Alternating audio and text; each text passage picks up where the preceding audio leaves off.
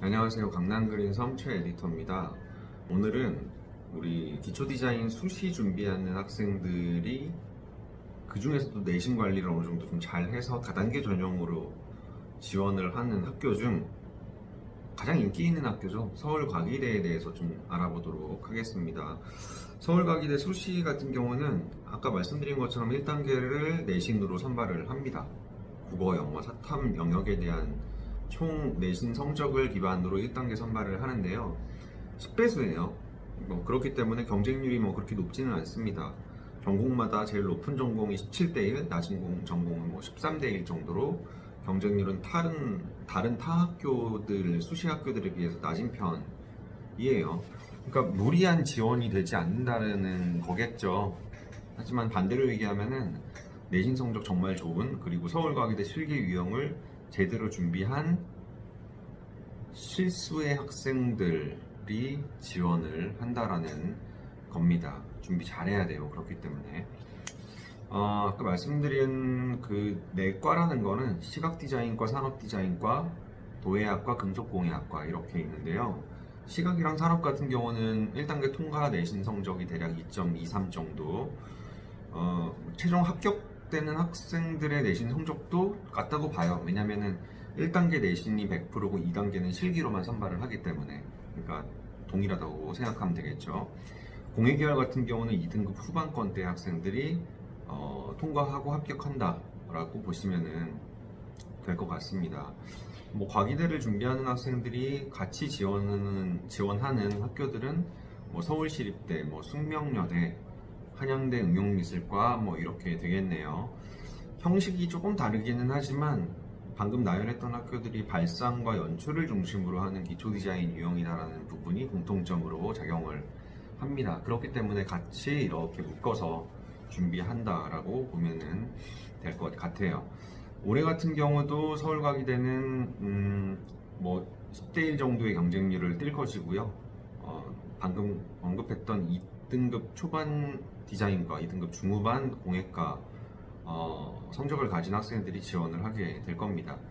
그러면 과연 2단계 이제 1단계 통과해서 2단계로 넘어가게 됐을 때 실기를 전공마다 한 12명, 14명, 17명 이렇게 정원을 뽑기 때문에 과연 한 170명 정도 되는 학생들 중에서 내가 과연 17등 안에 실기를 들 수 있을까에 대한 실기 관련된 되게 중요도를 말씀을 드릴 수 있도록 할게요.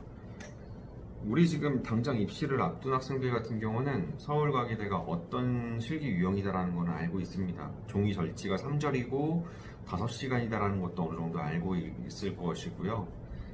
종이를 단국대나 건국대, 동덕여대처럼 한 장의 종이에다가 사물들을 배치해서 표현을 해야 된다는 부분과 다르다라는 것도 알고 있을 거예요. 서울과기대는 일단 텍스트를 작성을 해야 됩니다. 주제, 그러니까 자신이 생각하고 있는 이 그림을 그린 의도에 대한 거를 주제에 설정을 해야 되고, 의도를 길게 글로도 써야 되고요. 그 다음에 제시문과 제시어에 대한 부분을 연결한 디자인 의도를 채색한 부분도 있어야 됩니다. 물론 정밀하게 표현하는 소묘 부분도 있어야 돼요. 그러니까 총 4가지의 각각 다른 영역의 시험이 한 장 안에 포함이 되어 있다라고 보시면 될 것 같습니다. 건대나 동덕이나 서울여대 같은 경우는 정밀하게 표현하는, 채색으로 표현하는 능력을 되게 중시하는데요. 서울과기대도 물론 그 부분을 되게 중시합니다. 단 소묘로 그 부분을 표현을 한다라는 거예요. 그 소묘라는 거는 다른 학교들처럼 제시 이미지를 주지 않아요. 제시어만 주기 때문에 실제 시험장에서 그려내는 모든 형태와 이런 부분들이 다 똑같지 않습니다. 각각 다 다르다라는 거죠. 그러니까 예를 들어서 예전에 나왔었던 햄버거 같은 거를 제시어로 준다라고 하면은 치킨 버거를 그리는 아이들도 있을 것이고, 3단으로 쌓아가지고 버거를 그리는 아이들 다 다양합니다. 대신 이제 평가 채점을 해야 되기 때문에 그 햄버거라는 이미지와 유사하게만 그려내면은 크게 무리가 없다라는 부분이죠. 다르게 생각해 볼 수 있을 것 같아요. 나는 형태력이 좀 부족한 친구들 같은 경우는 이미지를 제시하지 않기 때문에 더 형태력이 부족함이 노골적으로 드러날 것이고요. 그 다음에 뭐 예를 들어 나는 질감에 대한 표현이 조금 부족하다는 학생들 같은 경우는 뭐 질감이 노골적으로 더 표현이 안 되어 있는, 머릿속으로 상상하고 있는 형태라 질감 표현을 해야 되는 거기 때문에 못하는 학생들은 더 못하게 느껴질 거고요. 평소에 드로잉이나 이런 것들이 좀 잘 된 친구들 같은 경우는 그 중에서 더 부각되게, 소묘력이 더 부각되는 그런 장점들이 보여질 겁니다. 그게 조금은 다른 학교 전밀묘사, 소묘, 기초 디자인과 표현을 하는 형식이 다른, 그리고 채점하는 방식이 다른 과기대만의 어떤 특징이다 라고 볼 수도 있을 것 같습니다. 자, 제시문과 제시어를 줬다. 과연 이거를 어떻게 채색을 해야 될 것인지. 그러니까 사실은 뭐 채색을 하는 게 중요한 것보다는 어떻게 이 두 가지의 내용과 단어를 연결시켜서 발상을 할 것이고 그걸 시각화할 것인지에 대한 부분이 더 중요하다라고 생각을 하시면 될 것 같습니다. 작년에 나왔었던 뭐 수시와 정시에 대한 문제들을 한번 천천히 살펴보면서 과연 이러한 문제 해결을 어떻게 할 것인지를 좀 알아볼게요. 작년에 디자인과 같은 경우는 수시에서 나왔던 문제가 아리스토텔레스의 내용, 그러니까 아리스토텔레스가 예술이 가진 창조성의 근원은 무엇입니까? 라고 물었을 때 그는 그것을 메타포, 은유라고 대답을 했다. 그래서 뭐 그녀의 눈동자는 호수다 처럼 전혀 상관없는 것인 눈동자와 호수를 연결하여 새로운 등식, 그러니까 뭐 이런 식으로 은유에 대한 내용을 제시문으로 줬고요.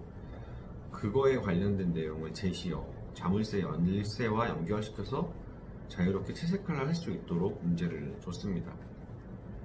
사실 서울과기대를 모르는 학생들한테 제가 제일 많이 얘기했던 문제 해결 방식 중에 하나가 은유였어요. 은유. 어차피 서울과기대 기초디자인은 뭐 예년에 초창기에 나왔었던 기초디자인 제시어와 제시문에 대한 건 전혀 다른 형식이었거든요. 여기 지금 은유라는 어떤 그 글 안에 포함되어 있는 전혀 상관없는 것들을 새로운 등식을 통해서 만들어내고 연결시키는 것이 은유라고 나와 있는데 문제 자체가 그러했어요. 서로 전혀 연결되지 않는 문제와 형식들을 줬습니다. 그 중에서의 공통점을 찾아야 되는 거죠. 그런 것들을 과연 어떤 식으로 연결시킬 것인지에 대한 은유법을 서울과기대 문제 해결 방법의 첫 번째라고 얘기를 했었습니다. 그 은유에 대한 설명을 학생들한테 하면서 제일 많이 예시를 들었던 것 중에 하나가 그건 것 같아요. 어차피 서울과기대 제시문 같은 경우는 환경, 뭐 건강, 뭐 이런 부분에 대한 심각성을 알리는 글들을 많이 제시를 그동안 해왔기 때문에 뭐 담배가 인간의 건강에 미치는 영향에 대한 제시문을 쭉 학생들한테 설명을 하고 제시어를 예를 들어서 뭐 벽돌 이런 걸 준다 라고 하면은 과연 벽돌과 담배와 어떤 연관성이 있는 것인지 이런 것들을 이제 학생들이 생각하면 되게 골치 아프거든요. 그때 예시를 많이 들었던 게 벽돌 깨기 게임 있죠.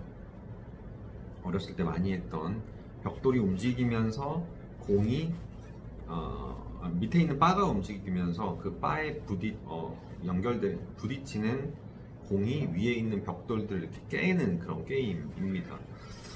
담배랑 그 게임과 같이 연결을 시켜서 담배가 인간의 건강에 미치는 영향은 마치 게임과 같다. 어떤 거를 부수고 파괴하는 게임과 같다. 이런 식으로 연결을 해서 설명을 많이 했었어요. 그 벽돌은 뭐 인간의 폐의 형태를 띠고 있겠죠. 그리고 밑에 있는 그러니까 움직이고 있는 그 공이 맞닿는 부분 같은 경우는 담배가 되겠죠.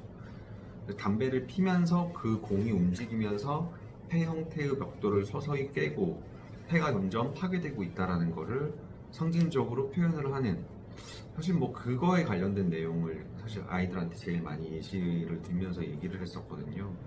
그러니까 여기 지금 써있는 텍스트에 써있는 것처럼 그녀의 눈동자는 예쁘다가 아니라 그녀의 눈동자는 마치 호수와 같이 깊고 아름답고 예쁘다, 뭐 이런 식으로 서로 눈동자와 호수는 서로 연결이 되어 있지 않지만 그 깊다라는 의미, 투명하다라는 의미 이런 것들을 연결을 시킨다라는 부분이 뭐 지금 이 서울과기대 문제의 형식과 얼추 잘 맞는다. 서로 연결시켜야 되는 게 어차피 이 문제의 핵심이기 때문에 어색한 그 두 가지의 사물과 제시문을 연결시킨다라는 게 이 서울과기대의 문제 해결 방식 그리고 교수님이 원하시는 방식이기 때문에 그런 것들을 은유라는 어떤 기법을 통해서 연결을 시키는 게 가장 중요한 서울과기대 문제 해결 방법이라고 보시면 돼요.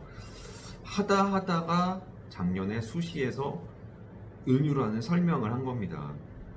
얼마나 학생들이 그동안 제시문과 제시어를 억지스럽게 연결을 시켰는지 혹은 연결 자체를 시키지 않고 그냥 표현만 해냈는지 그거에 대한 답답함을 야 우리 이제 문제 해결 이런 식으로 하는 학생들을 뽑을 거야. 너희 제발 이런 식의 기법으로 발상을 해봐 라는 걸 어찌 보면 답답함에 제시하시지 않았나라는 생각도 해봅니다. 작년 정시 디자인과 같은 경우는 환경과 관련된 제시문을 제공을 했습니다. 그리고 제시어는 햄버거였어요. 제시문을 살펴보면은 작년 9월에 그레타 툰베리 그러니까 청소년 환경 전문가, 환경 운동가가 UN 정상회담에서 정상들 앞에서 일침을 가하는 내용입니다. 사람들이 고통받고 있어요. 죽어가고 있습니다. 생태계 전체가 무너져 내리고 있습니다. 우리는 대멸종이 시작되는 지점에 있습니다.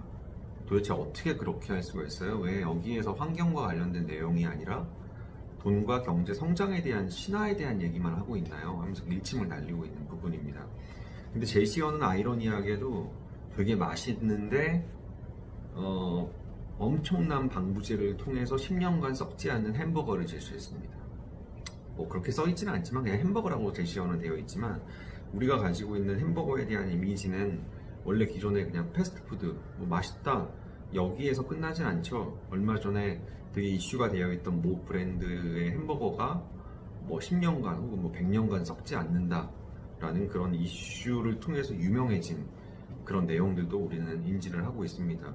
교수님이 의도하셨겠죠. 서로 다른, 전혀 다른 의미의 제시문과 제시어를 출제를 해야 되겠다.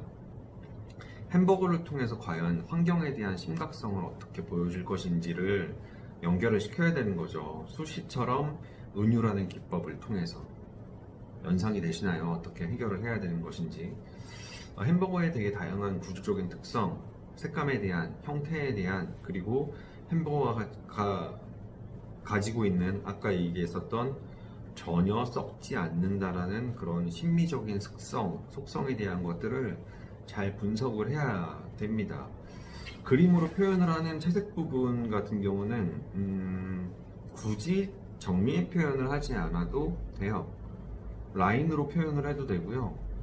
라인을 단순한 어떤 평면적인 표현을 통해서 채색을 해도 전혀 문제가 되지 않습니다. 배경 같은 경우도 사실적인 표현을 굳이 하지 않아도 돼요. 그래픽적인 표현으로 어차피 이 심각성에 대한 부분을 전달만 하면 되는 거기 때문에 굉장히 그래픽적인 평면 표현으로 이루어져 있어도 전혀 상관없습니다. 뭐 시각 디자인과 교수님들 같은 경우는 오히려 그런 명료한 표현, 상징성에 대한 표현을 더 좋아하시겠죠. 앞에서 언급한 내용들, 문제들처럼 과기대에서는 잘 나오는 문제들이 있어요. 꼭 연습을 해봐야 되는 문제들은 환경과 관련된, 그리고 현 상황에서의 이슈, 뭐 올해 같은 경우는 코로나, 그리고 뭐 장마, 홍수 뭐 이런 이슈들이 있겠죠. 경제 문제도 있을 수 있고요. 그러니까 뭐 계층 간의 어떤 갈등 이런 것들도 그 몇 년 전부터 불거져 나오고 있는 어떤 내용이기도 한 거죠. 그러니까 그런 어떤 이슈에 관련된 내용들을 전혀 다른 사물과 연결시킬 수 있는 그런 문제들이 앞으로도 제공이 될 거고요. 당장 올해 수시도 그런 문제들이 나올 예정인데 과연 이 문제와 이 상황들을 어떻게 서로 연결시킬 수 있는 것인지 그 연결고리에 대한 부분들을 형태적으로 분석도 해보고 구조적으로도 분석해보고 뭐 질감으로도 분석해볼 수도 있고요. 아니면 얘가 가지고 있는 성격, 현상 이런 부분으로도 연결을 시킬 수가 있겠죠. 결국은 잘 연결시켜서 정확하게 표현을 해내는 문제 해결 방법이 서울과기대에서 아까 초반에 얘기했었던 170명 중에 17등 안에 드는 어떤 그런 방법이 아닐까 생각을 합니다. 개체 표현 연습을 게을리하지 않는 것도 중요한데, 지금 서울과기대 시험을 앞둔 학생들 같은 경우는 연결, 발상에 대한 연결, 그리고 요 근래에 이슈되는 것이 무엇인지에 대한 현상 파악, 이런 부분들을 하는 게 지금 남은 시점에서 더 중요한 내용이라고 봐요. 그리고 아까 초반에 잠깐 이 서울과기대 문제지 형식에 대한 얘기를 했는데, 이 내가 생각하고 있는 내용에 대한 것들을 하나의 어떤 문장과 하나의 단어로 압축할 수 있는 그 타이틀을 정하는 그런 어떤 부분도 굉장히 또 중요하거든요. 그러니까 자신의 생각을 제시문으로 쭉 글로 나열을 한다. 그 나열된 글들을, 그 긴 글들을 사실 교수님들이 일일이 다 보시질 않거든요. 타이틀만 보시지. 타이틀 딱 보고 이 타이틀 뭔가 궁금한데 호기심이 좀 느껴지는데 라고 하면 이제 그 제시문, 그러니까 학생들이 쭉 구술해 놓은 내용까지도 보신다라고 얘기는 들었습니다. 그러니까 그 타이틀을 명료하게 잘 정하는 것도 굉장히 중요한, 좋은 점수를 받는 어찌 보면 요인이라고 볼 수도 있을 것 같습니다.